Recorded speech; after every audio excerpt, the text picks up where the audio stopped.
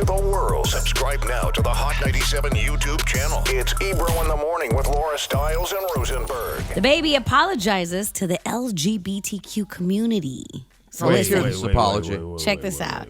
So, yesterday he was kicked off Governor's Ball and the Day Night Festival. So then later on during the day, he issued an apology via Instagram. Oh, when them bookings slow, the bookings? Yesterday, the bookings were definitely trending. The apology was also trending.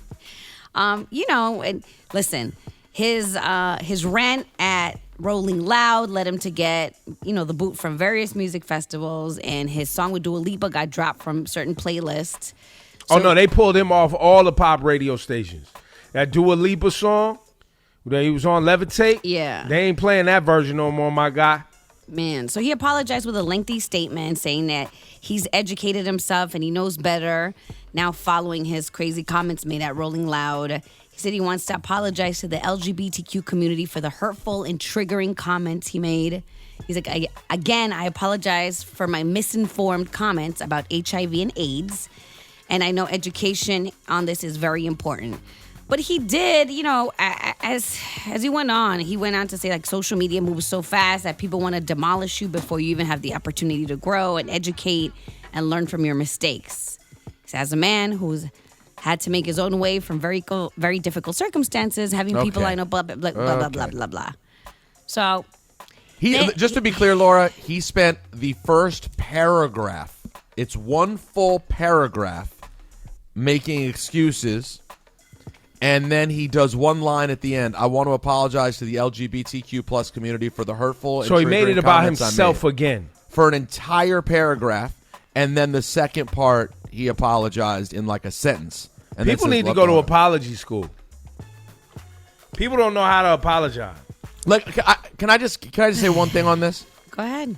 I am so annoyed by this dude, and he's perpetually annoyed me in terms of these decisions that he makes, and he made this so much worse than it had to by just being so indignant and refusing to just make an apology. At the same time, let me be clear. I'm not giving props to any of these festivals that all jumped in to have to pile on and dump him too, because it became the thing you had to do. Like, I don't think it's impressive now when you're the third and fourth festival who's only pulling the trigger to dump DaBaby because everyone else has. Don't get me wrong, that doesn't impress me. And I don't think there's a need to continue to pile on him and try to crush him for life. But my man, could you just make one apology and not make it about yourself? Well, I think it should be important to know here, Rosenberg, nobody's trying to impress you. Okay, that's not...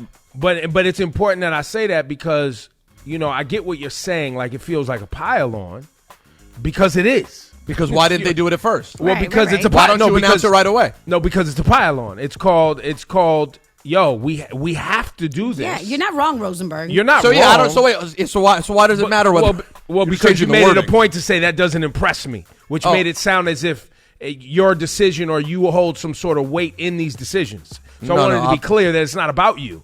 It's about a community that was offended, right? And so, yes, these companies, right, because these festivals are owned by corporations, right, that employ people, okay? That's what people don't understand. These just ain't, you know what I'm saying? They have employees, and their employees are looking at them like, yo, wait a minute.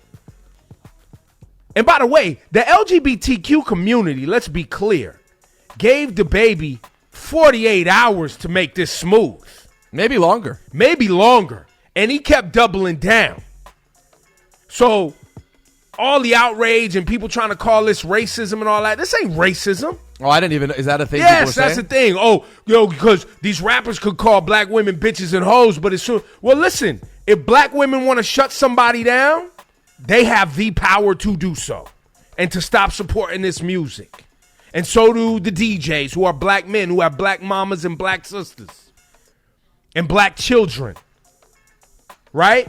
We have that power to do that if we're really fed up with bitches and hoes in music. But the truth is, most people don't think that they're talking to them in those songs.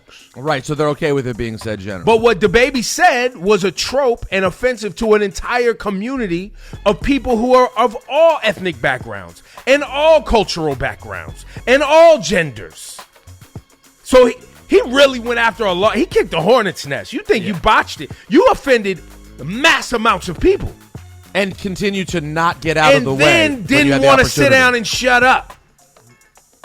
That's what made it worse. So you really honestly gave these corporations no choice.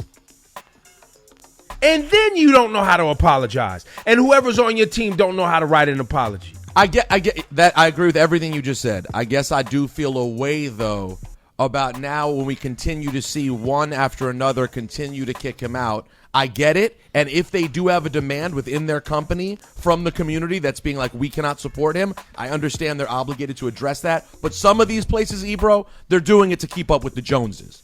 They're doing it because we can't be the place. Good for them. Yeah, but maybe they could also be the place we are allowed to be a place that at a time could go, hey, let's have a conversation with him. Let's actually take the step. Let's actually try to do it. And some people, they may do that next year if he moves right. Right. Maybe they'll say, we're going to give you time out for a minute. It is true, though. His tone changed when the money disappeared. But that infuriates people even more. Right. So now you care about it. Now you care? We was all telling you, yo, my man, what you doing? Yo, my man. Right? And then let's keep it 100. Right? The reason that clip of him on what's the joint where he made yeah, there you go. The reason that clip even ran around like that was because he was playing with Megan Thee Stallion's fan base that ran that up. And they told him to leave that Tory Lanez thing alone, but he kept wanting to be indignant on that too. Fair point. It's a lot. He kept wanting to play with that Tory Lanez thing, and people, her fans like, yo, my man, why you doing this? He kept playing. Then he wanted to bring Tory Lanez out after Megan gets off the stage. Had him jump out of a suit, right? You keep playing. You think everything's a game. Everything ain't for play. And that's what these artists, listen, when your income is determined by the support of corporations, which is getting on these festivals and these streaming services, it ain't like you just going on your own tours selling out stadiums by yourself, bro. You're not doing that. Because if DaBaby really wanted to be indignant, you know what he could do? Throw up his own tour right now. Let's see how it sells. Get your own sponsors, your own tour running. But you're not doing that. You're not your own made man. And these cats want to act like they their own made man. No, you're backed by corporations. And when you're backed by corporations and you do something that offends a giant swath of individuals, you can't just run around and act like, oh, I'm a do what I want to do what I want to do it. Yeah, we're going to see how that play out, bruh. Well, maybe I'm just a sucker, but by the end of the day yesterday when, like, the fourth place pulled out on him, I was like, all right. You was feeling bad for him. I did. I started feeling a little bit of a way about, like, damn, the rap guy, of course, is going to get crushed completely to the ground. The black dude's going to get completely crushed. When, I mean, let's be real, this kind of stuff has been said for so long, and it's not right. It should have been dealt with, but he sort of feels like he's taking the brunt for every bit of homophobia we've seen in hip-hop before. And that's been an ongoing problem. That's not true. But he has been a D-bag, so I can't really feel bad it's so not true. You're just feeling bad. He's catching. It's what happens when the world comes down on your shoulders and your head.